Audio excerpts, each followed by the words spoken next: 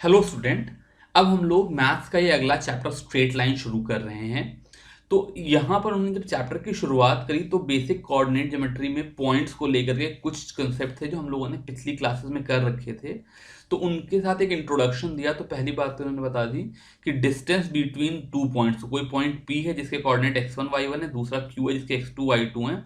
तो इनके बीच का डिस्टेंस पी क्यू जो हो जाएगा वो root of x2 minus x1 का whole square plus y2 minus y1 का होल स्क्वायर हो जाएगा। फिर दूसरा सेक्शन फॉर्मूला दे दिया। तो उन्होंने कहा कि अगर मान लो x1 y1 और x2 y2 ये कोई दो पॉइंट हैं और मैं इसको m/n के रेशियो में इंटरनली डिवाइड करना चाहूँ तो इसके जो कोऑर्डिनेट हो जाएंगे वो इस तरीके से फॉर्मूले से दे दिए। यहाँ पर ध्यान देने वाली बात है कि अगर m/n का रेशियो है तो m जो होगा वो x2 वाली साइड से मल्टीप्लाई होगा, तो mx2 plus nx1 upon m plus n, और ऐसे ही my2 plus ny1 upon m plus n आ जाएंगे।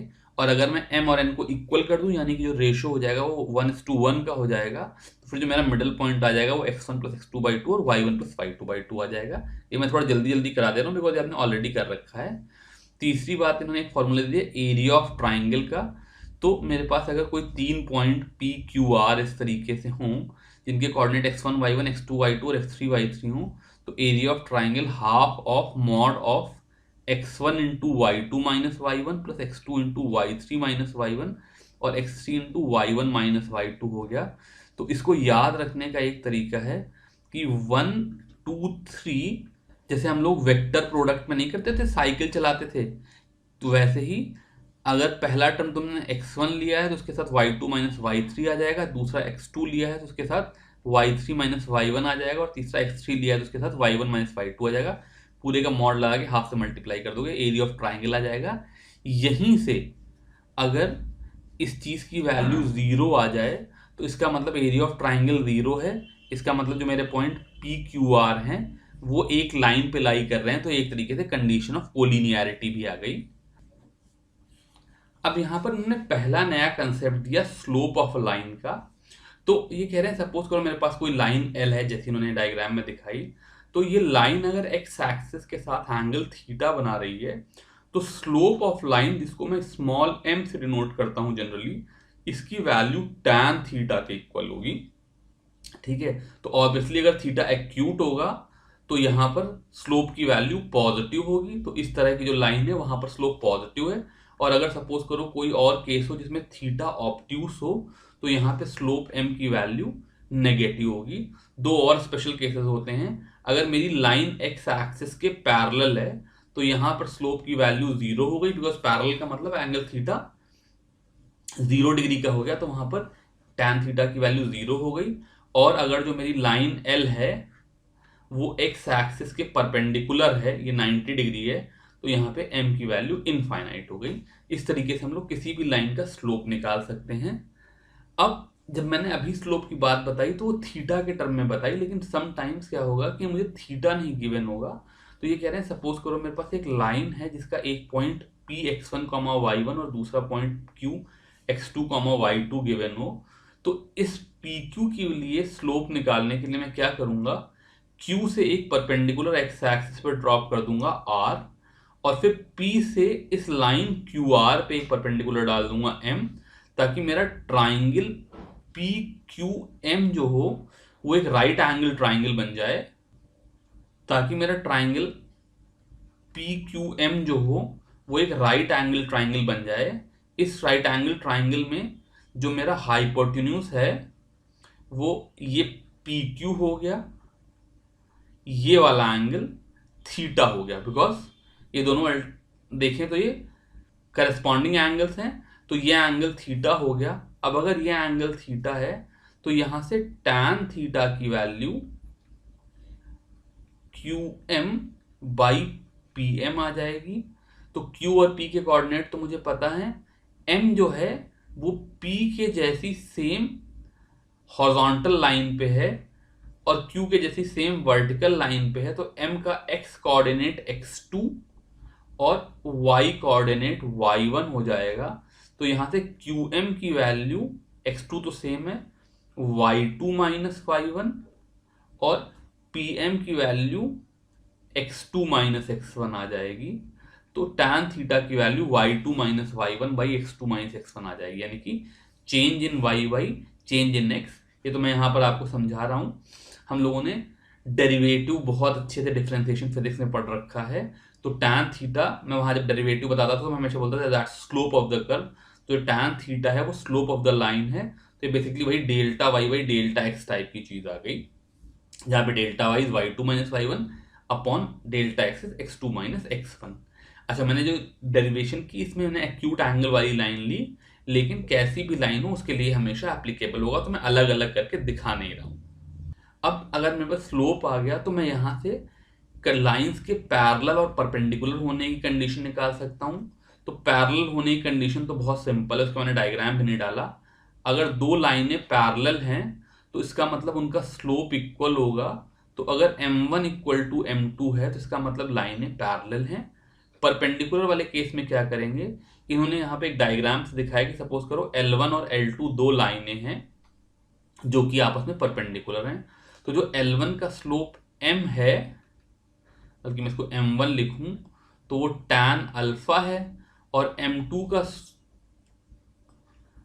और L2 का स्लोप अगर m2 हो तो वो tan बीटा होगा। अब अगर मैं एक्सटीरियर एंगल प्रॉपर्टी लगाऊं, तो अगर ये दोनों लाइनें परपेंडिकुलर हैं तो ये एंगल 90 होगा। तो मैं बीटा को एक्सटीरियर एंगल प्रॉपर्टी से beta is equal to 90 plus alpha लिख सकता हूं, और यहां से tan बीटा की value tan of 90 plus alpha हो जाएगी, जो कि ट्रिग्नोमेट्री से माइनस कॉट अल्फा हो जाती है। तो m2 की वैल्यू माइनस कॉट अल्फा हो गई, m1 की वैल्यू tan अल्फा हो गई। तो परपेंडिकुलरिटी कंडीशन यहां से आ गई कि m1 m2 is equal to -1। तो अगर दो लाइन के स्लोप इक्वल हैं तो वो आपस में पैरेलल हैं, और दोनों के स्लोप अगर आपस में मल्टीप्लाई होकर के -1 दे रहे हैं तो वो लाइनें आपस में परपेंडिकुलर हैं। अब इस चीज के ऊपर कुछ हम लोग प्रॉब्लम कर लेते हैं, एग्जांपल्स हैं। तो कहना है find the slope of the lines passing through point this and this, passing through point. तो इन सारे तीनों केसेस में बेसिकली मुझे m is equal to y2 minus y1 by x2 minus x1 लगाना है। वैल्यू दे रखी है, एक को किसी को x1 y1 ले लो, किसी दूसरे को x2 y2 ले लो और सॉल्व कर लो। यहाँ पर इंपॉर्टेंट बात क्या है कि मैं किसको 1 ले रहा हूँ और किसको 2 ले रहा हूँ उससे कोई फर्क नहीं पड़ता, बिकॉज अगर मैं इंटरचेंज कर दूं तो मेरा न्यूमरेटर भी नेगेटिव हो जाएगा, डिनोमिनेटर भी नेगेटिव हो जाएगा। तो ओवरऑल जो स्लोप की वैल्यू होगी वो सेम रहेगी। पार्ट डी में कह रहे हैं कि the line is making an inclination of 60 degree with the positive direction of x axis. तो अगर कोई लाइन पॉजिटिव एक्स एक्सिस के साथ 60 डिग्री का एंगल बना रही है तो इसका जो स्लोप m हो जाएगा वो tan ऑफ 60 डिग्री, जो कि अंडर रूट ऑफ 3 हो जाएगा। तो इसका स्लोप ऐसे निकाल लेंगे।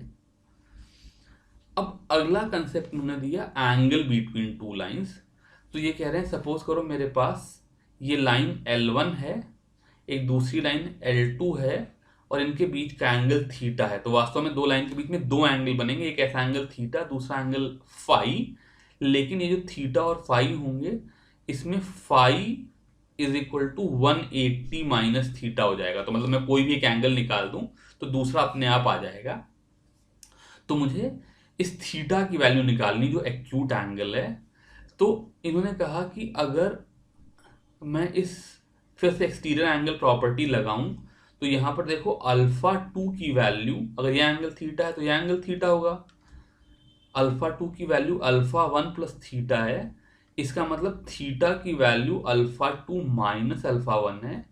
यहां से tan थीटा की value tan of alpha 2 minus alpha 1 आ जाएगी। अब tan alpha 2 minus tan alpha 1 का फॉर्मूला हम लोगों ने ट्रिग्नोमेट्री में पढ़ा ही है। तो इसकी वैल्यू हो जाती थी tan of alpha 2 minus tan of alpha 1 upon 1 minus tan alpha 2 tan alpha 1। लेकिन ये जो tan अल्फा 2 है ये एक्चुअली m2 है, और tan अल्फा 1 जो है ये m1 है। इसलिए इस चीज की वैल्यू हो जाएगी m2 minus m1 upon 1 minus m1 m2। ये चीज़ अगर पॉजिटिव आई तो इसका मतलब मेरा एक्यूट एंगल आएगा, और अगर ये चीज़ नेगेटिव आई तो इसका मतलब मेरा ऑब्ट्यूस एंगल आएगा, बिकॉज दो लाइन के बीच का एंगल या तो एक्यूट होगा या तो ऑब्ट्यूस होगा, और जो tan थीटा है वो एक्यूट एंगल के लिए पॉजिटिव और ऑब्ट्यूस एंगल के लिए नेगेटिव होता है। तो मैं हमेशा एक्यूट एंगल निकालने के लिए इसका मॉड ले लेता हूं। तो tan theta is equal to mod of m2 minus m1 upon 1 minus m1 m2 कर लूं, तो ये इन दोनों लाइंस के बीच का एक्यूट एंगल का tan थीटा हो गया, और फिर मुझे tan थीटा मिल गया तो उनको जो एक्यूट एंगल थीटा है वो भी मिल जाएगा। इसके ऊपर उन्होंने एक एग्जाम्पल दिया, कह रहे हैं if the angle between two lines is π/4, तो मुझे वो थीटा निकालना नहीं है, उसकी वैल्यू दे दी, and slope of one of the lines is half, then find the slope of other line. तो यहां पे मेरी इक्वेशन क्या हो गई, tan theta is equal to mod of m minus half upon 1 plus m into half, ये equation हो गई। और tan थीटा की वैल्यू यहां पर 1 है, तो मॉड लगा है, इसका मतलब क्या हुआ, मेरे पास दो इक्वेशन बन गई। एक तो तब ऐसा होगा जब m minus half upon 1 plus m/2 is equal to 1 होता हो, ये एक सोल्यूशन निकल करके आएगा। और दूसरा केस तब होगा जब m minus half upon mod of 1 plus m/2 की वैल्यू अगर -1 होती हो, तो जब मैं उसका मॉड लूंगा तो फिर से 1 हो जाएगा। तो ये दो अलग अलग केसेस निकल करके आ जाएंगे। इन दोनों केसेस में ही जो मेरे m की वैल्यू होगी, वो दोनों लाइनें जो होंगी वो मेरी गिवन लाइन के साथ 45 डिग्री का एंगल बना रही होंगी। अगर मैं इसको फिजिकली देखूं तो क्या हो रहा है कि सपोज करो ये मेरी x एक्सिस है, अगर मैं इसको फिजिकली देखूं तो सपोज करो ये मेरी x एक्सिस है और ये मेरी गिवन लाइन L है जिसका स्लोप हाफ है। तो इसके साथ जब मैं कह रहा हूँ 45 डिग्री की लाइन बनाने वाली, तो इसके लिए जब मैं कह रहा हूँ कि इस लाइन के साथ 45 डिग्री का एंगल बनाने वाली कोई दूसरी लाइन है, तो 45 डिग्री मतलब ये π/4, तो 45 डिग्री या π/4 दो तरीके से हो सकता है। एक तो दूसरी लाइन L1 ऐसी हो कि ये वाला एंगल π/4 हो, या दूसरी लाइन L2 ऐसी हो कि ये वाला एंगल π/4 हो। तो ऑब्वियसली 45 डिग्री एंगल बनाने वाली दो लाइनें होंगी, एक इधर की तरफ 45 और एक इधर की तरफ 45, इसलिए दो सोल्यूशन आना भी चाहिए था, और वो दो सोल्यूशन इन दो इक्वेशन से आ जाएंगे। तो वो सॉल्व करके आप निकाल लोगे, मैं नहीं कर रहा हूं। अब इस अगले एग्जाम्पल में कह रहे हैं line through point -2,6 and 4,8 is perpendicular to the line through point 8,12 and x,24, find the value of x। तो ये जो दो पॉइंट हैं इनको जोड़ने में, सपोज करो मैं इनका नाम लिख लूं P Q R S, तो यहां से मेरा स्लोप ऑफ PQ जो हो जाएगा वो y2 माइनस y1 यानी कि 8 minus 6 upon x2 minus x1 जो कि 4 माइनस 2 हो जाएगा, तो 2/6 हो जाएगा 1/3। और ऐसे ही स्लोप ऑफ RS जो हो जाएगा वो हो जाएगा 24 माइनस 12 अपॉन x माइनस 8, तो इसको 12 अपॉन x माइनस 8 लिख सकता हूं। अब इन्होंने कह दिया कि ये दोनों लाइनें परपेंडिकुलर हैं, इसका मतलब 1/3 into 12 upon x minus 8 is equal to -1, तो ये 4 हो गया। यहां से x minus 8 is equal to -4 आ जाएगा, ये x इज इक्वल टू +4 आ जाएगा। इस तरीके से आंसर आ गया। अगला कंसेप्ट आया कोलिनियरिटी ऑफ 3 पॉइंट्स। तो कोलिनियरिटी देखने के लिए एक तो तरीका मैंने पीछे बता ही दिया था कि मेरे पास वो एरिया ऑफ ट्राइंगल 0 आ जाए, लेकिन उन्हें दूसरी कंडीशन दे दी कि सपोज करो मेरे पास 3 पॉइंट है A B C, अगर वो सेम लाइन पे लाई कर रहे हैं तो जो स्लोप ऑफ AB होगा और जो स्लोप ऑफ BC होगा, 2 पॉइंट फॉर्म से अगर मैं स्लोप निकालूंगा तो AB का कुछ अलग स्लोप निकाल सकता हूँ, BC का अलग स्लोप निकाल सकता हूँ। अगर वो सेम लाइन पे लाई कर रहे हैं तो वो जो भी स्लोप की वैल्यू होगी वो लाइन के स्लोप के इक्वल होगी। तो अगर ए बी और बी सी का स्लोप इक्वल आता है तो उस केस में जो लाइनें हैं वो आपस में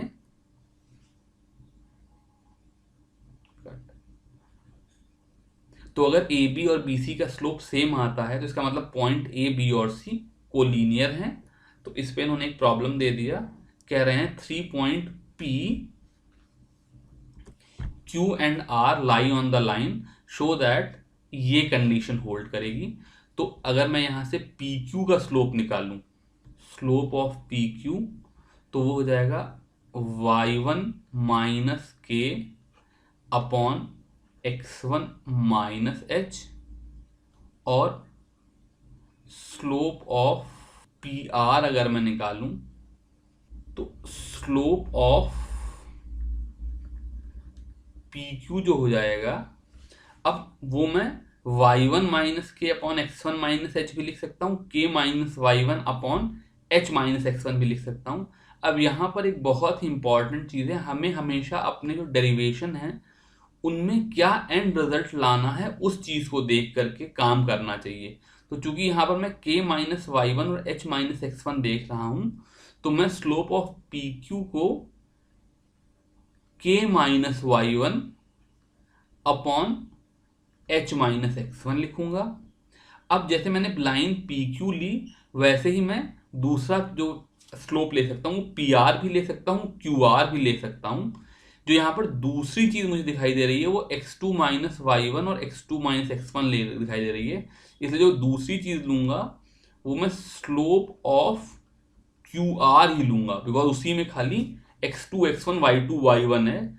यहाँ पर मैं लेने को स्लोप ऑफ पी आर भी ले सकता था, लेकिन फिर वहां से सिंप्लीफाई करके ये रिजल्ट दिखाना मुश्किल होता। तो क्यू आर ले लेने से मेरे पास क्या चीज आई, जो मेरा स्लोप आ गया वो आ गया y2 minus y1 upon x2 minus x1। अब कोलिनियरिटी के हिसाब से मैं इन दोनों को इक्वेट कर दूंगा, तो x minus y1 by h minus x1 is equal to y2 minus y1 upon x2 minus x1, और क्रॉस मल्टीप्लाई करेंगे तो सेम ही रिजल्ट आ जाएगा। अभी अगला प्रॉब्लम है, एक्चुअली ये कोलिनियरिटी का तो नहीं है, ये लाइन की इक्वेशन निकालने का ही है। तो ये कह रहे हैं in a given figure time and distance graph of a linear motion is plotted. तो ये तो हम लोगों ने फिजिक्स में खूब कर रखा है, पर चलो यहाँ पे मैथ्स वालों के लिए कर देते हैं। 2 positions of time and distance are recorded as t is equal to 0 पे डिस्टेंस की वैल्यू 2 है, और t इज इक्वल टू 3 पे डिस्टेंस की वैल्यू 8 है। Using the concept of slope find the law of motion. Basically मुझे t as a function of t दिखाना है। तो अगर वो लाइन ही है तो इसका मतलब एक तो पॉइंट 0,2 है, एक पॉइंट 3,8 है, और मान लो कोई एक जनरल पॉइंट t, d हो। मान लो मैं इन पॉइंट्स को p, q और r लिखूं, तो जैसे मैं अभी बोल रहा था वैसे ही slope of P Q must be equal to slope of Q R. तो यहां से 8 minus 2 by 3 minus 0 should be equal to d minus 8 upon t minus 3।